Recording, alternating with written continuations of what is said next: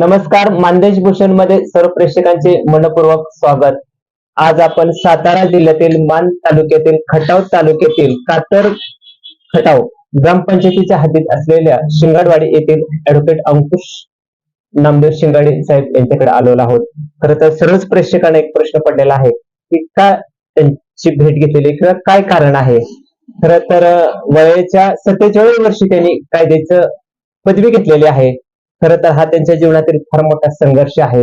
कायद्याची पदवी घेतल्यानंतर तो कायद्याची पदवी घेण्यापर्यंत जो संघर्ष होता तो संघर्ष खरं तर सर्वांना एक प्रेरणादायक ठरलेला आहे. नमस्कार साहेब. नमस्कार. साहेब, खरं तर पहिलाच प्रश्न तुमच्यासाठी आहे की वयाच्या 47 वर्षी तुम्ही कायद्याची पदवी घेतलेली आहे. ज्यावेळेला आपल्याला पदवी हातात मिळाली त्यावेळेला काय मनात आलं? मला ज्या वेळेला पदवी हातात मिळाली, कॉलेजवरून फोन आला की दुसरा तुम्ही पास झालेला आहे. मी श्रीनाथ मस्कोबा महाराजांचा भक्त आहे. मी पहिल्यांदा श्रीनाथ महाराजांचे मनापासून आभार मानले की मला महाराजांनी दिलेला आशीर्वाद आज कामी आला, असा मला इतका आनंद झाला. आणि दुसरा आनंद असा झाला की माझ्या वडिलांची इच्छा होती की माझी जी मुलं आहेत ते डॉक्टर, इंजिनियर, वकील व्हावे. मी माझ्या वडिलांची इच्छा पूर्ण केली. त्याचा या गोष्टीचाही मला खूप आनंद झाला, कारण ती डिग्री पाहण्यासाठी आज माझे वडील नाहीत, परंतु त्यांची इच्छा पूर्ण करण्याची मला संधी मिळाली, ताकद मिळाली. त्या गोष्टीचा खूप मला आनंद झाला आणि त्या क्षणी मला आनंद असला. साहेब, पुढचा प्रश्न असा आहे की कौटुंबिक पार्श्वभूमी कशी आहे तुमची? कौटुंबिक पार्श्वभूमी पाहिली तर पहिल्यापासून खूप गरिबीची होती.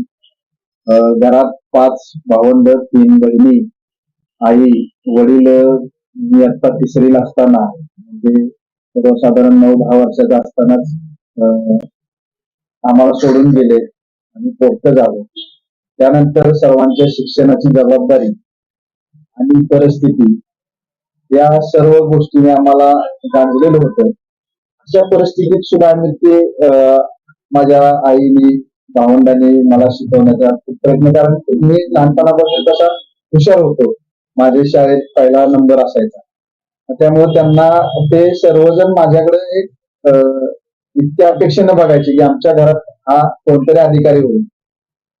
त्यामुळं परिस्थितीवर मात करून कसं शिकायचं त्याची थोडीशी मी खूप मेहनत घेतली. त्यासाठी शैक्षणिक कसं प्रवास झाला मग?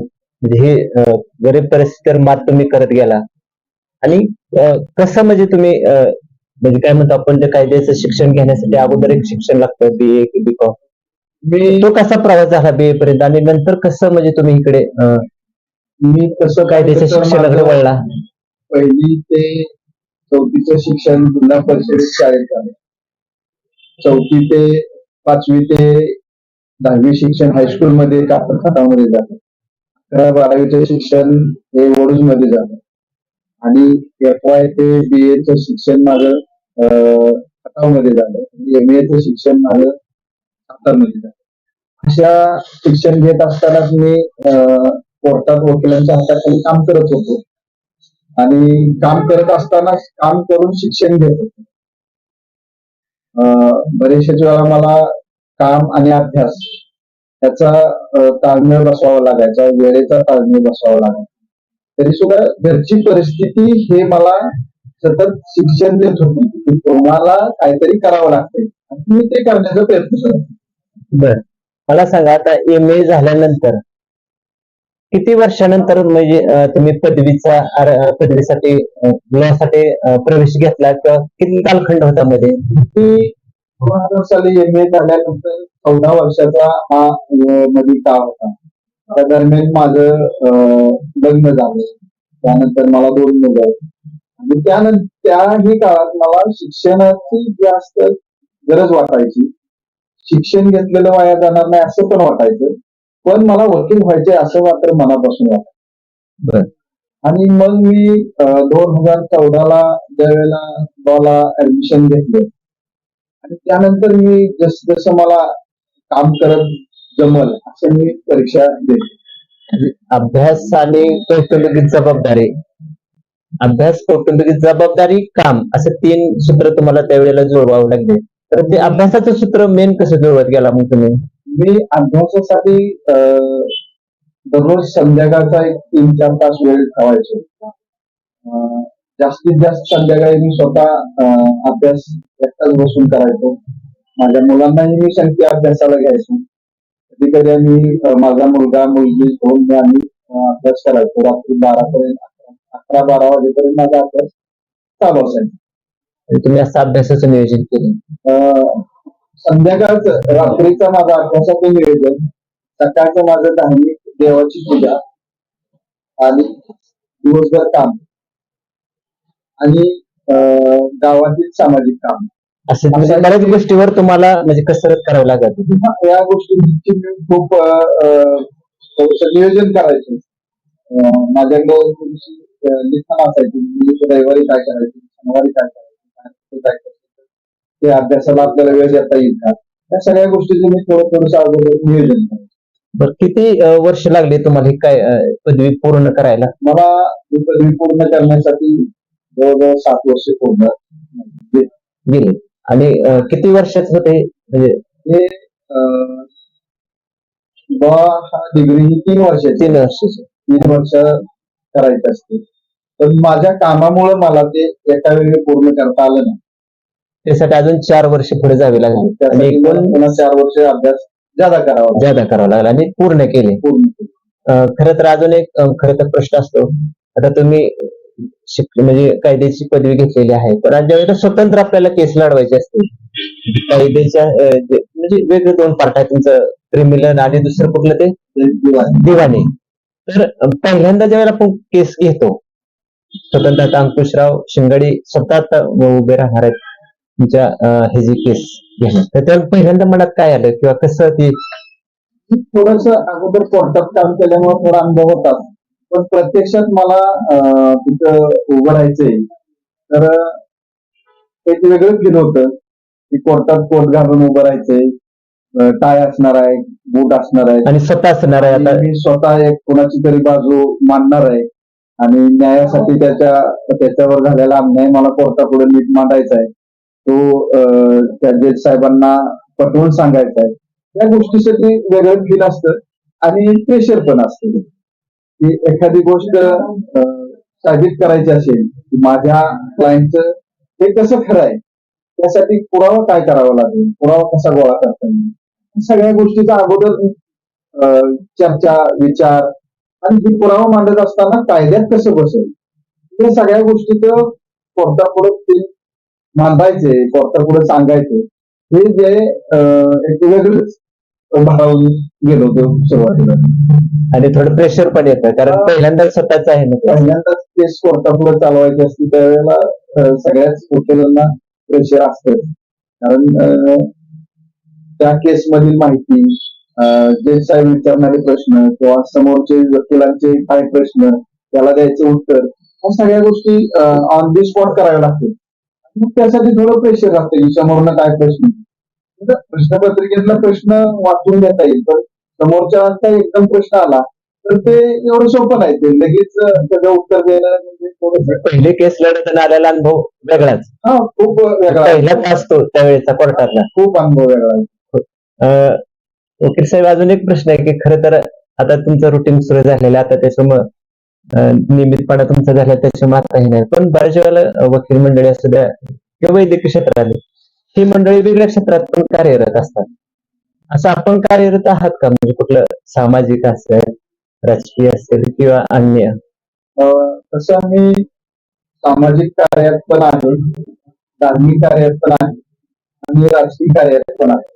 कसं कसं म्हणजे आता स्टेप कसं आहे, धार्मिक कार्यात कसं आहे तुम्ही? मी धार्मिक कार्यात श्रीनाथ नरसोबा महाराजांचा मानकरी म्हणून काम पाहतो. वीर देवस्थान मध्ये मी काम पाहतो.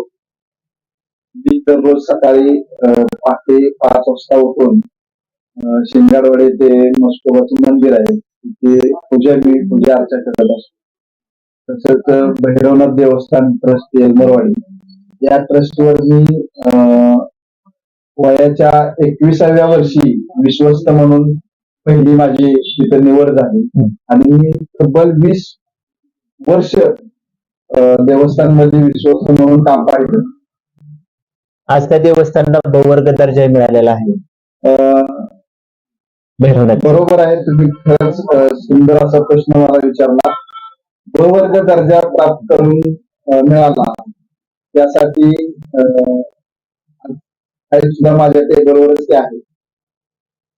जे ब वर्गासाठी डॉक्युमेंट कागदोपत्री जे काय लागतं ते संपूर्ण माझ्या हातनं झालं. मला खूप अभिमान वाटतो त्या गोष्टीचा.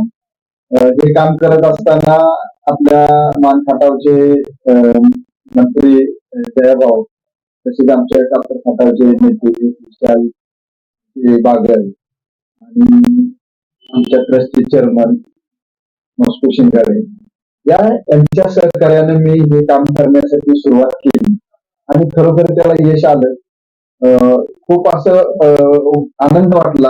साहेब अजूनही काही तुम्ही धार्मिक कार्य सांगितलं त्यावेळेला सोसायटी असेल किंवा सहकारात असे काही तुम्हाला काम करायला मिळालेलं आहे का? बऱ्याच वेळेला कायदेशीर सल्लागार म्हणून पण आपल्याला आपली बरीच वकिली मंडळी काम करत असतात. मला सामाजिक काम करत असताना कातर खटाव विकास सेवा सोसायटीच्या स्वीकृत संचालकपदी माझी निवड झाली. सामाजिक काम करत असताना किंवा ज्या पार्टीत मी काम करत होतो राजकीय, त्या पार्टीशी मी एकनिष्ठ राहतो, आजही राहतो, राहिलेलो आहे. ज्या पार्टीत जायचं तिथं प्रामाणिकपणे काम करायचं. प्रामाणिक काम करण्याचं फळ थोडस उशिरा मिळेल तर ते निश्चित चांगलं मिळतं. मला सोसायटीच्या स्वीकृत संचालकपदी घेतलं त्याचं मी पार्टी बरोबर प्रामाणिक राहिलो. जे काम करत होतो ते पार्टीचं प्रामाणिक करत होतो, म्हणून मला पार्टीच्या वरिष्ठांनी दखल घेतली आणि मला सर्वसाधारण स्वीकृत संचालक म्हणून त्यांनी माझी निवड केली. आज मी स्वीकृत संचालक म्हणून कात्रेश्वर विकास सेवा सोसायटीच्या संचालकपदी काम करतो. अजून काय कुठल्या सहकारी संस्थात काय? मी लिगल ऍडवायझर म्हणून, कायदेशीर सल्लागार म्हणून सहकारी संस्थेत ज्ञानदीप कॉपरेटिव्ह बँक, शिवकृपा सहकारी बँक, सैनिक सहकारी बँक या बँकेवरती, त्या बँकेच्या पॅनलवरती मोफत सल्लागार म्हणून मी, कायदेशीर सल्लागार म्हणून मी काम करतो. आता एक अजून एक साहेब प्रश्न की खरं तर तुम्ही तब्बल 14 वर्षाचा अभ्यासात खंड पडलेला आहे आणि नंतर तुम्ही जिद्दीची कठीण अभ्यास केला आणि कायद्याचं शिक्षण किंवा पास डिग्री घेतली. प्रश्न असा पडतो की जी काही लोक अजून काही असतात बघा, नोकरी करत किंवा अन्य लोकांना एक आवड असते किंवा म्हणण्यापेक्षा थोडं एखादं वकिली शिक्षण घ्यायचं असतं, अशा लोकांना तुम्ही काय सांगताल तुमच्या अनुभवातून? वकिलीचं शिक्षण घेत असताना, लॉचं शिक्षण घेताना अभ्यास करावा लागतो. जरी तुम्ही दुसरं काम करत असाल तरी सुद्धा वेळेचं जर नियोजन केलं, अभ्यासावर तुम्ही फोकस केला तर तुम्ही त्यात यशस्वी होऊ शकता. पण मला हे करायचंय, माझं हे काम आहे, मला करावंच लागेल, हे जर ध्येय ठेवलं तर नक्कीच मी नवीन पिढीला किंवा अजून कोणाची इच्छा आहे मला वकील व्हायचे पण काम करावं लागतंय. 47 वर्षी तुम्हाला डिग्री मिळाली, एखाद्याला अजून वाटतं की बाबा मी काय मिळवू शकत नाही, त्यांच्यासाठीच असं मला सांगायचं की त्यांची जर ती इच्छा असेल, तीव्र इच्छा असेल, तर त्यांनी नियोजन जर केलं की मला हे करायचंय, मला कोर्ट घालायचंय किंवा मला वकिलीची डिग्री मिळवायची, तर ते निश्चित यशस्वी होऊ शकते. एवढं मी सांगू शकतो सगळ्यांना. साहेब अजून एक प्रश्न आहे. खरं तर तुम्ही MA हे कुठल्या इतिहास विषयातून पूर्ण केले? हा, माझं शिक्षण इतिहास म्हणजे हिस्ट्री विषय साधारण. तर इंग्रजीतनं कायद्यात शिक्षण घ्यायचं म्हणलं की इंग्रजी हा विषय आलाच, तर तुम्ही हिस्ट्री म्हणजे इतिहास आणि बऱ्याच वेळेला इंग्रजीचं हे असं जरी बघितलं तर थोडस उलट नातं आहे, तरी पण तुम्ही इकडे कसं इंग्रजीचं ज्ञान मिळवलं किंवा तिथं कसा प्रयोग केला? सुरुवाती तुम्हाला आता ते इंग्रजीत आले म्हटल्यानंतर थोडं हे झालं ना. सुरुवातीपासून इंग्लिश बऱ्यापैकी असल्यामुळं मी ते अभ्यास करत, हे शिक्षण घेण्यासाठी इंग्लिशचं वेगळं थोडस आवश्यक आहे, तर मी क्लास लावले होते, ऑनलाईन क्लास केले आणि त्या माध्यमातून मी थोडस इंग्लिशवर फोकस केला आपोआप मग पुढं हळूहळू प्रॅक्टिस मॅन परफेक्ट तसं हळूहळू प्रॅक्टिस करत गेलो. मला त्यात ते यश आलं. खरं तर अजून एक आहे, खरं तर तो विनोदाचा प्रश्न आहे किंवा गमतीचा प्रश्न आहे. तुम्ही मगाशी बोलता बोलता म्हणलं की मुलाने आम्ही अभ्यास करत होते एकत्र, म्हणजे कुटुंब असत. तर बऱ्याच वेळेला अशी स्पर्धा लागली नाही ना, कोण मार्क जास्त पडते कोण किती ना, असे जनरली कुटुंबात असा विनोदाचा विषय होत असतो. कारण आपल्या म्हणण्यापेक्षा मुलगी आणि वडील अभ्यास करत असतील, कदाचित बहिणीने काही वेळ डिवचण्याचा प्रयत्न केला असेल, तर ते एखादा तसा आहे का प्रसंग? खरंच आहे ते. विनोदाचा भाग तर आहे, पण मला एका गोष्टीत आनंद व्हायचा की मी माझ्या मुलांच्या बरोबर अभ्यास करतोय आणि ते अभ्यास करताना मला एखादी काही गोष्ट, माझा मुलगा हुशार आहे मुलगी हुशार आहे, तर ते अभ्यास करताना मला जर एखादी शंका आली तर मी ते प्लेन मध्ये माझ्या मुलांना विचारायचो की ते मला का लक्षात येत नाही. किंवा मी ऑनलाईन क्लास असायचे त्यावेळेला कुठेतरी मोबाईल मधलं ज्ञान थोडंच कमी आहे, ती रेंज गेली तर मी माझ्या मुलांना विचारायचो की यार ते ऑनलाईन कट झालंय. आणि असे आमचे अभ्यास करताना गणती निश्चितच व्हायच्या. मार्काची काय असेल चढावड म्हणजे स्पर्धा लागायची का? कोणती काय मिळते नक्कीच लागायची की माझ्या थोडी मुलांना थोडी म्हणायचो, अभ्यासक्रमाचा विषय आहे, म्हणजे वडील जरी असला तरी येतच ना मार्क, कोणाला जास्त पडते ते कमी, असे कधी?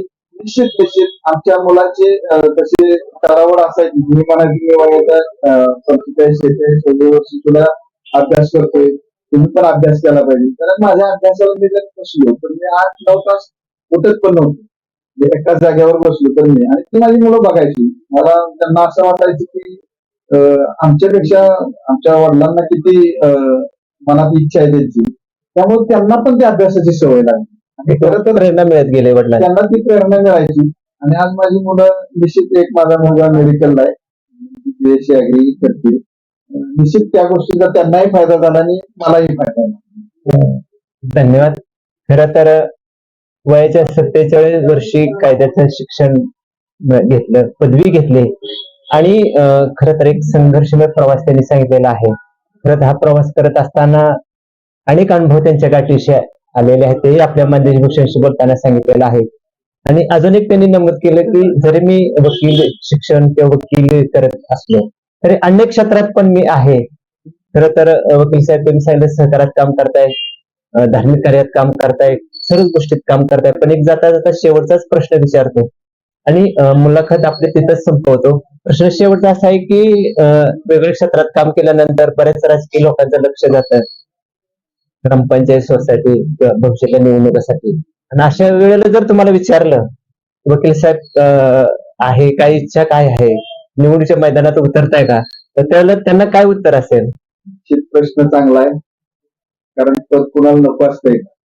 पण मी जर पार्टीनं माझ्यावर विश्वास ठेवला, पार्टीनं मला जर त्याचं संधी दिली, नाही आता संधी दिली त्यांनी विचारलं डायरेक्ट, मी तुम्हाला निवडणुकीच्या मैदानाला उभं राहा असं विचारल्यामुळे तुम्हाला तुमच्या होकार किंवा नकाराचं ते आता अपेक्षित आहेत ना. निश्चित मला माझ्या नाथ महाराजांच्यावर विश्वास आहे. त्यांच्या आशीर्वादाने मी, जनतेच्या आशीर्वादानं आणि पार्टीच्या आपण प्रामाणिक काम केलेल्या वरिष्ठांच्या आशीर्वादाने मी त्याही क्षेत्रात यशस्वी होऊ शकतो एवढा मला आत्मविश्वास आहे. म्हणजे त्यांनी जर निवडणूक मैदानात या म्हटलं तर तुम्ही नक्कीच तिथे जाणार. मी पहिल्यांदा आवर्जून सांगेल की मी माझ्या नाथ महाराजांचा आशीर्वाद घेईन. मला महाराजांनी आशीर्वाद दिला, पार्टीने आशीर्वाद दिला, तर मी नक्कीच ते म्हणजे भविष्यात राजकारण पण तुम्हाला लांब नाही असं थोडक्यात आपल्याला. हो, असं म्हणायला काही हरकत नाही, राजकारण माझ्यापासून लांब नाही, परंतु त्या गोष्टी जर तर मध्ये येतात.